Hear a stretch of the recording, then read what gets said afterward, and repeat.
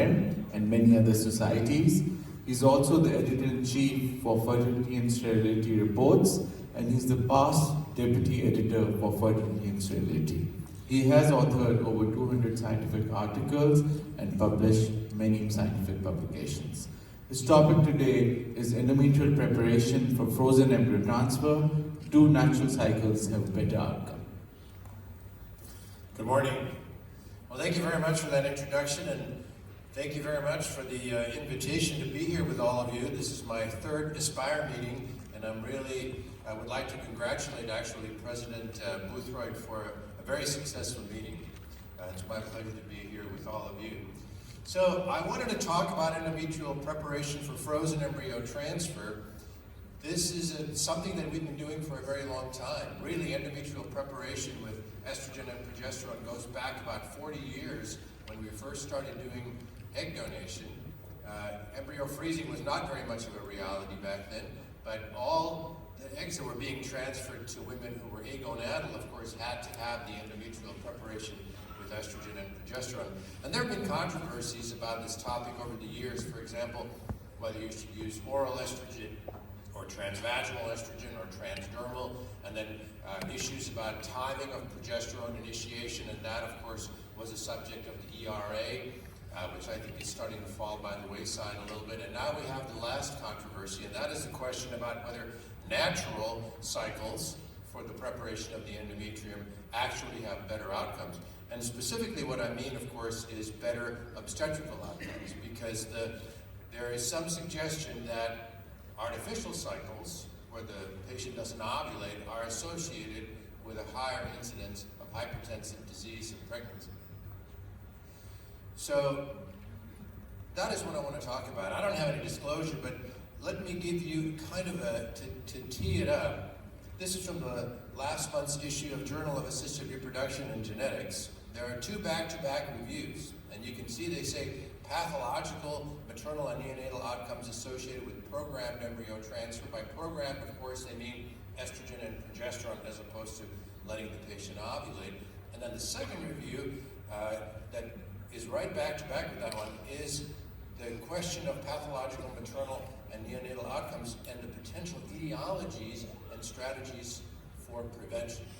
So this is felt, at least by this group, to be a serious enough issue that it warrants further investigation. Here's their hypothesis, and that is that in a programmed embryo transfer cycle, the ovary does not have a corpus luteum, and in the absence of the corpus luteum, you're missing all of these other secreted factors. So the hypothesis is, yes, the corpus luteum makes estrogen and progesterone, but in addition to that, it makes relaxin and some other vascular factors, and if those are not present, then you will lack maternal systemic vasodilation and increased arterial compliance that are normally a part of normal obstetrical progression, and you will lack optimization of decidua, which then leads to poor placentation and then poor pregnancy outcome. Okay, so let's keep that in mind as we go through and kind of look at some of the data that we've had over the years that seem to suggest that this may be the case, and then we'll finish up on how maybe estrogen and progesterone can be done in 2024. So these are the objectives: to understand the risk of hypertensive disorders after assisted reproduction, to estimate the risk of these disorders in cycles in which endometrial receptivity is induced with exogenous hormones versus the risk in natural cycles, and then to counsel patients about the options for endometrial preparation. So let's make sure we're all talking about the same thing. This is how we prepare the endometrium typically. Now at the top is the fresh IVF cycle, and this is what we were doing mostly in the 1980s, and I was there, meaning a fresh cycle. You stimulate the ovaries, trigger HCG, ovulation then occurs, or at the same time that you do the egg retrieval. And here we have 5 days later a blastocyst. Of course, most of the time, back then we were doing day 3 transfers, which would have been 3 days after the oocyte retrieval. Underneath it is the artificial cycle, and I suspect that most of you are doing this. You give estrogen supplementation, and then you decide when to start progesterone, and then you transfer the blastocyst. Most of you probably on the 6th day of progesterone. Some of you maybe as early as the 5th, and some of you on the 7th. And I will foreshadow the conclusion of this talk is that there's not much data that suggests that there's any difference between those.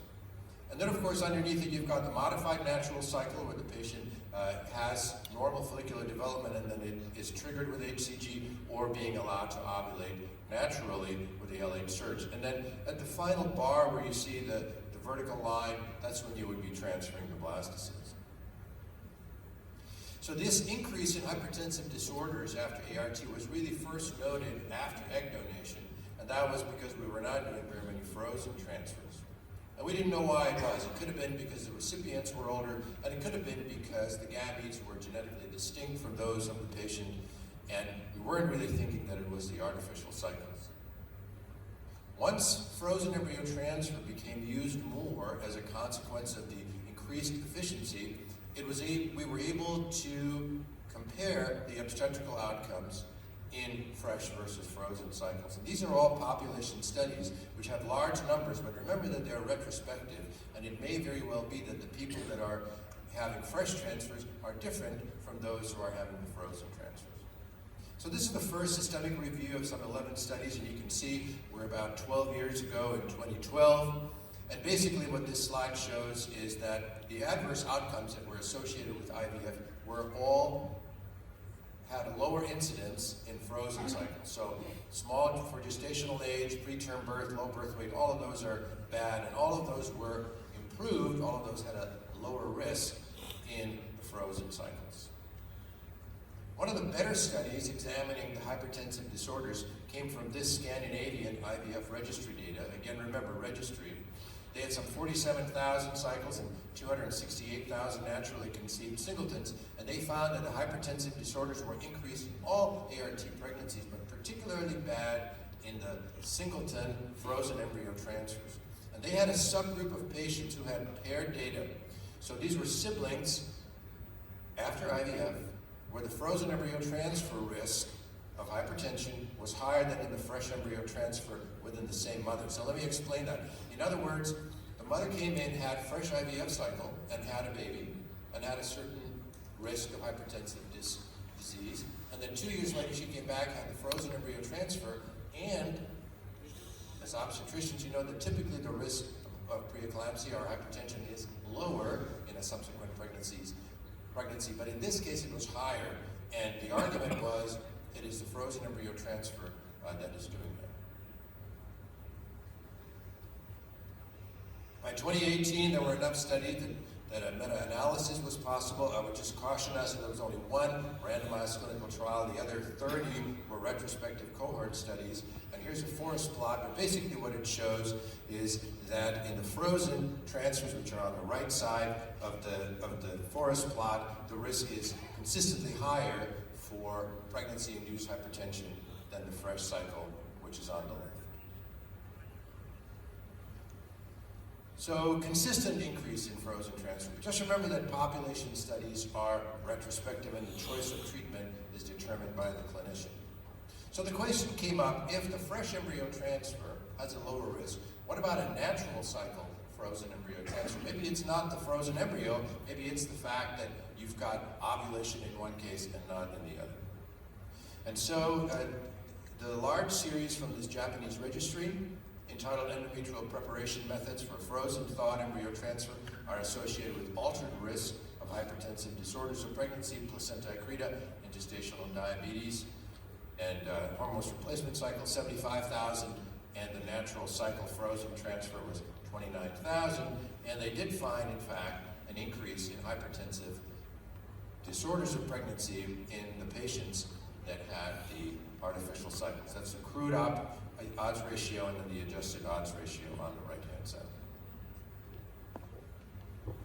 In another study looking at letrozole-induced ovulatory cycles, here at least it was all done in PCOS patients. One of the arguments that's made, and I made the argument, is what kind of patient is more likely to have a natural ovulatory cycle for their frozen transfer, and who's more likely to have an artificial cycle. So for example, if a patient has PCOS and is not ovulatory, you might be less likely to let her have an ovulatory frozen embryo transfer, whereas a patient who has normal ovulation would be shifted into that other group. Well, this was a study that looked specifically only at patients with PCOS, and they had 1,100 artificial cycles and 1,200 letrozole-induced cycles, right? These patients are anovulatory. And again, they found an increase in pregnancy-induced hypertension and preeclampsia in the patients that had the artificial cycles. So what is the difference between these cycles if we start thinking about it? Well, so why would that happen? Why would you have a higher incidence in one group? We've already talked about the fact that this could be due to the presence of the corpus luteum, different steroids, relaxin, VEGF, etc. But remember that the steroid levels that we use are really different. And I'm not just talking about serum levels of estrogen and progesterone, but also endometrial tissue estrogen and progesterone. Those are different. In addition to that, the initiation of progesterone stimulation is likely different in these cycles.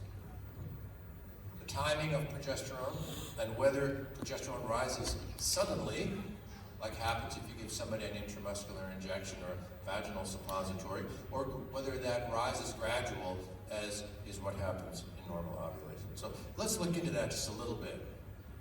So tissue levels of exogenous steroids are much higher in an artificial cycle. On the left side of the screen, you see endometrial estradiol levels after vaginal estrogen administration versus oral, and I know some of you like to use vaginal estrogen. I do too. It delivers a lot of estrogen to the endometrium. But if you take a biopsy and you homogenize that tissue, you extract it, and you measure the estradiol levels, they are almost 100-fold higher in the artificial cycle. So we don't know what effect that has. On the one hand, it may thicken the endometrium. On the other hand, it may produce a non-physiologic kind of proliferation, and maybe that is what leads to effective decidualization and then subsequently to hypertensive disease.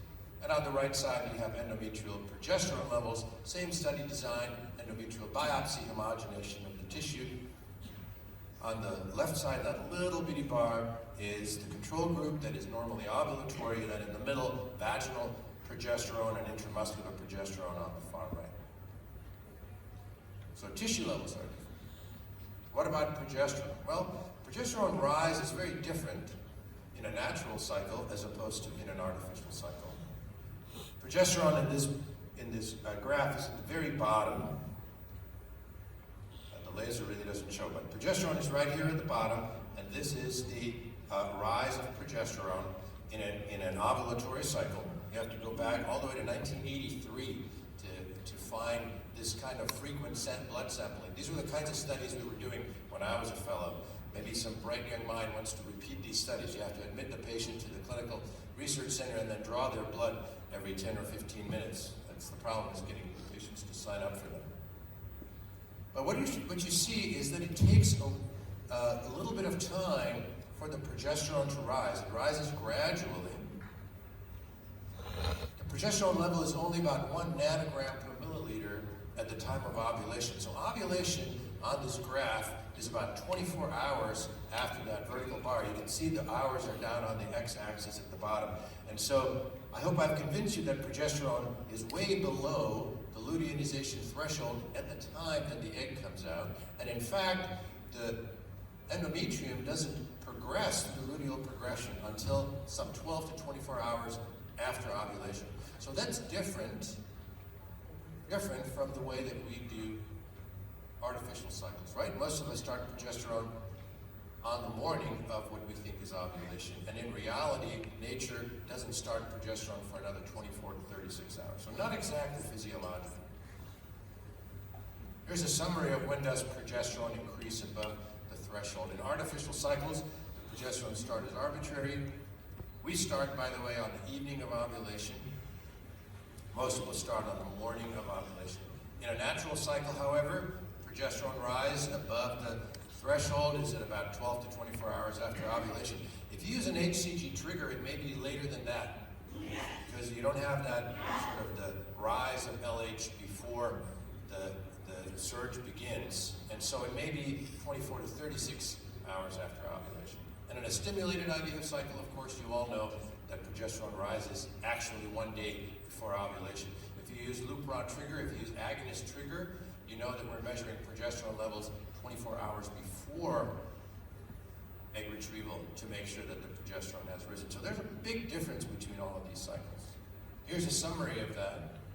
In the fresh cycle, progesterone really starts the morning after the HCG trigger. So if you're doing a fresh embryo transfer, you're transferring at 144 hours of progesterone. In an artificial cycles, most of you are doing 120. We do 108, not a big difference. But in the natural cycle, you're transferring at 96 hours, so big difference. So what is the physiologic effect of the corpus luteum during pregnancies? You have to dig a little bit to see what the data are that have been generated on what exactly happens in these artificial and ovulatory cycles. And the schematic is there again. You have absent corpus luteum, leading to impaired placental function, which then leads to impaired deciddualization and hypertensive disorders of pregnancy. So these are the three main studies that have been done, and they're from the same group that published the review last month in JARG, and they include Frauke van Versen up at the top there, Kurt Conrad, and Valerie Baker. And all three of these papers are out of a journal that most of us don't read. It's hypertension. It's not a fertility journal. This is the first study, increased preeclampsia risk and reduced aortic compliance with IVF cycles in the absence of a corpus luteum. So this is how it started. And it was an arterial compliance study. They had three groups: frozen embryo transfer with an artificial cycle, natural conception that has one corpus luteum, obviously, and fresh or stimulated cycle with multiple corpora luteum. And this was the thrust of the study. This is called the carotid femoral pulse wave velocity and then pulse wave transit time. And these are to explain that the pulse wave velocity, in other words, if the pulse begins here and is being propagated down the artery and you have good arterial compliance, then the artery will flex and the wave will move slowly. In contrast, if you have a rigid artery, right, like a rigid pipe, that pulse wave goes through very quickly. And so this is what you see in the panel on the left-hand side. The patient that has no corpus luteum, it has the little red arrow pointing towards it, and you see that the pulse wave velocity is the fastest in that group, whereas the other two groups have a lower velocity. Okay? This is how you do vascular research, apparently. And the graph on the right side is the inverse of that. That's the pulse wave transit time, so the time is shortest in those who have the least compliant arteries, and that is why that curve is at the bottom. Okay? And the conclusion is this is impaired gestational increases of central arterial compliance in the absence of a corpus luteum.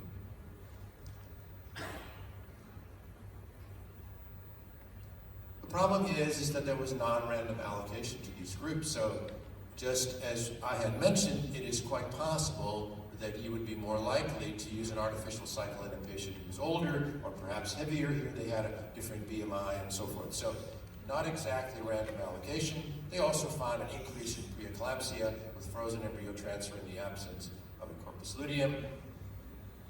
No significant difference in preeclampsia between modified natural, frozen transfer, and spontaneous conception. So suggesting that the presence of the corpus luteum, in fact, was protected. All right, here's our second study.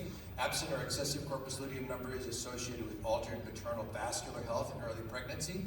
Same kind of idea. This is a cohort study. Frozen transfer with artificial cycle, natural conception, and fresh stimulated cycle. And they looked at the patients between 11 and 14 weeks of gestational age.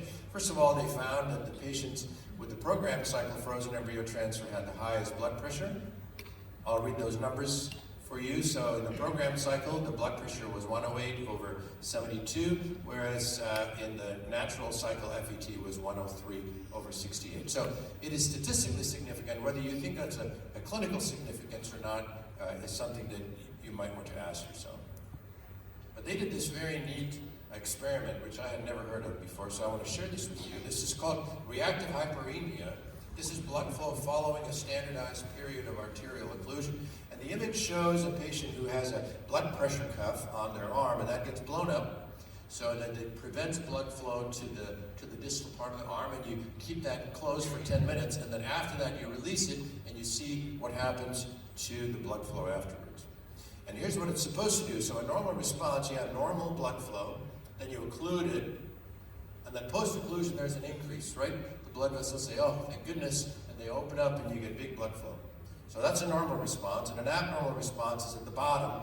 Pre-occlusion, normal blood flow, then 10 minutes of occlusion, and then post-occlusion, instead of having that big increase, you have just a gradual kind of. Okay, so that's it. That's what they found. So the reactive hyperemia index, a measure of endothelial function, was best in the group that had 1 corpus luteum, not 0. So lots of overlap, not a huge amount of statistical significance, but this is the kind of data that we have to suggest that the corpus luteum is making a difference in terms of vascular compliance and adaptability to pregnancy. Remember that serum relaxin, and they did measure relaxin here, is directly related to the number of corpora lutea. So at the bottom there you see without a corpus luteum, relaxin levels are low, and with 1 corpus luteum it's up to 517. With multiple corpora lutea it's 2,000, so much higher. Finally, the third study extended the first study through pregnancy. Once again, they looked at it, very high rates of preeclampsia in the group that had zero corpora lutea, had a 27% incidence of preeclampsia. That seems a little high to me, and preeclampsia with severe features, 16.8%, also seems a little high to me, but those are all statistically significantly higher than in the other groups. So the conclusion on the basis of these data is that there is impaired vascular health parameters in conceptions with non-physiological numbers of corpus luteum. And so they went on, and in 2022 they had a review and a meta-analysis, potential role of the corpus luteum in maternal cardiovascular adaptation. Here are the relaxin levels. Notice that relaxin stays elevated throughout pregnancy, even though most of us think that the corpus luteum demises after the end of the first trimester. In fact, relaxin levels are elevated throughout pregnancy if you have an ovulatory cycle. And here's a forest plot of looking at preeclampsia as a function of corpus luteum status. This is from the 2022 review. Again, remember that these are all retrospective studies. Maybe some of you feel that you should only do a forest plot for randomized clinical trials. I happen to think that we should only do that for RCTs, but this is the way the data are presented, and some statisticians feel that it's okay to do retrospective data and make a forest plot. And you see that there's higher incidence of preeclampsia when the patient has no corpus luteum. That's the right side of the screen. These are tables from the more recent reviews. Hypertensive disorders in ovulatory versus program cycles. Now it's backwards. The ovulatory is on the left side and programmed on the right side, and lower incidence of hypertensive disorders. And same for this graph. This is preeclampsia in ovulatory versus program cycles. So, in summary, ovulatory versus program cycles show a consistent increase in hypertensive disorders in program cycles. But remember that is retrospective data. And remember that there's other differences between these cycles. It's not just the corpus luteum, but their steroid levels are different, and the timing of progesterone is different. And maybe after you see all of this and you see how the cycles are conducted, you'll ask yourself whether we should be starting progesterone maybe a little bit later. We have very limited physiological data on the effect of the corpus luteum. So Val Baker, one of the authors on those papers, is leading an NIH-sponsored RCT, which is called NATPRO, and they were supposed to be done by now, but of course COVID happened, and so they were delayed. So now they tell me they'll be done recruiting by the end of this year, and then the data should be in the next year or two. So we will have the answer, presumably, from this large randomized clinical trial. So there are potential advantages of ovulatory cycles, right? You have natural estrogen secretion. You can verify the endometrial thickness. You don't need to give the patient estrogen supplementation. There's a natural rise of progesterone. That could be more natural. You don't need intramuscular progesterone if you're using that, like we have to in the United States because of that horrible study that implied that intramuscular progesterone improved outcomes. I don't agree with that, but that doesn't matter. The data are out there. And there's a potential for improved OB outcome and decreased hypertensive disorders with pregnancy. We have to stay tuned for the RCT data. So let me share with you how we do it. This is how we do ovulatory cycles. We've started adding letrozole because even patients that tell you, oh, I have the most regular cycles on the planet, every 28 days, right? All the way up until you actually go through the cycle, and suddenly it's not so regular. So the letrozole really helps. We use a low dose, do it for 5 days. It doesn't interfere with endometrial development. And when the endometrium is greater than 7 millimeters, and we've got a follicle that's more than about 18, you trigger ovulation with HCG. Measuring estradiol is not very productive because the letrozole decreases their E2, so it makes it difficult. And then we supplement vaginal progesterone twice a day, about 3 days after the trigger, which is the morning after ovulation. So if I trigger them on a Monday, trigger at night, figure they're ovulating Wednesday, we start supplementation on Thursday, and we transfer on Monday, 1 week after the trigger. That's how we do ovulatory cycles. It really is easier on the patient. The artificial cycles are easier for programming. So if a patient says, no, I've got to have my frozen transfer on this day, I'm very busy, I can't do any other day, then they get an artificial cycle.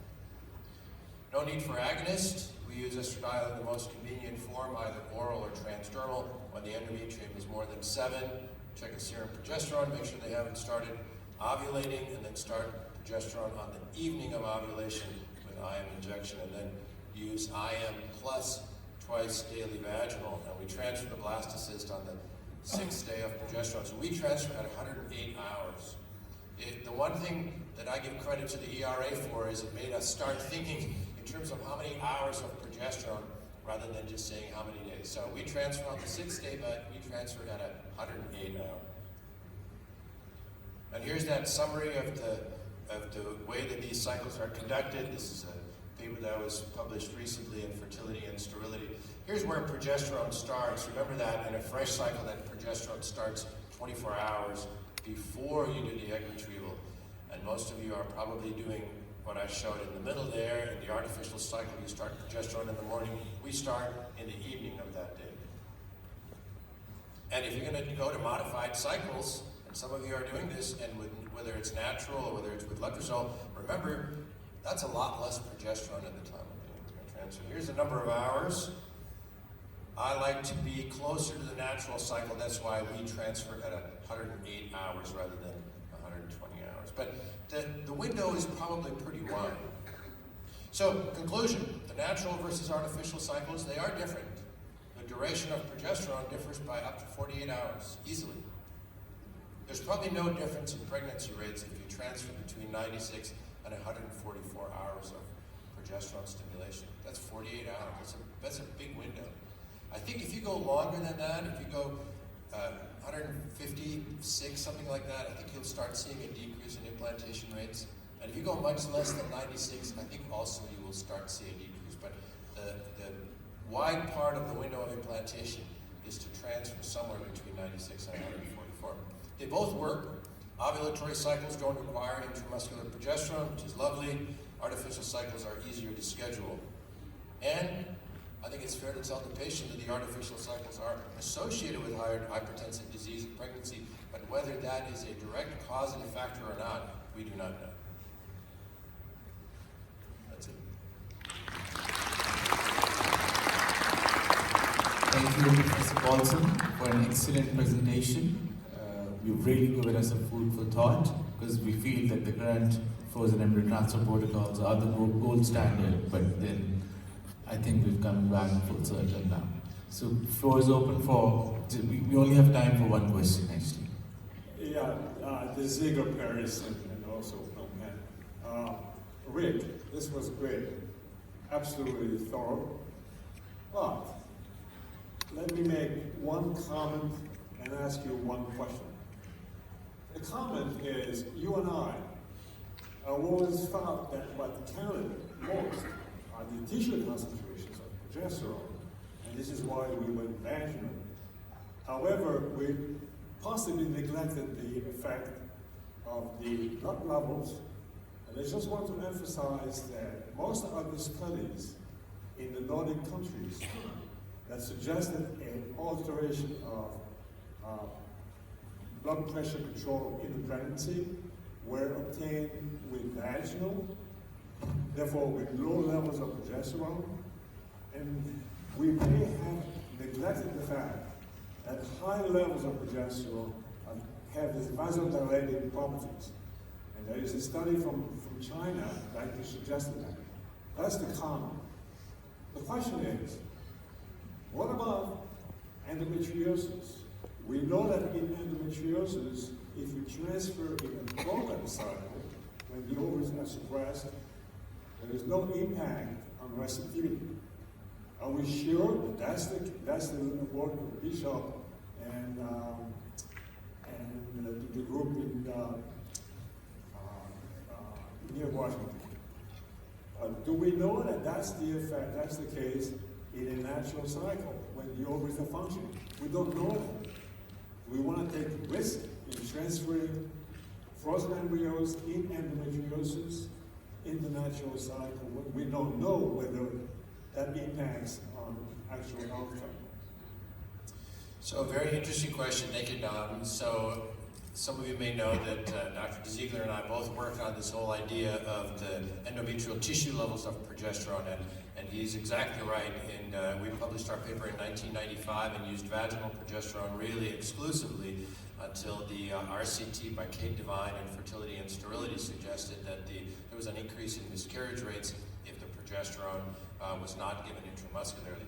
I'm a skeptic about the value of intramuscular progesterone. It doesn't make much sense to me in terms of implantation rates or miscarriages, but I think the suggestion that the higher serum levels of progesterone that you acquire by using IM injections or maybe sub-Q injections or maybe even buccal administration of progesterone, that it'll have an impact on hypertensive disease. I think that's a great hypothesis. I think something that we'll be looking for. I think it's a great suggestion. So thank you very much. Thank you, Professor Paulson. I would request Dr. Romney to present you the certificate of registration.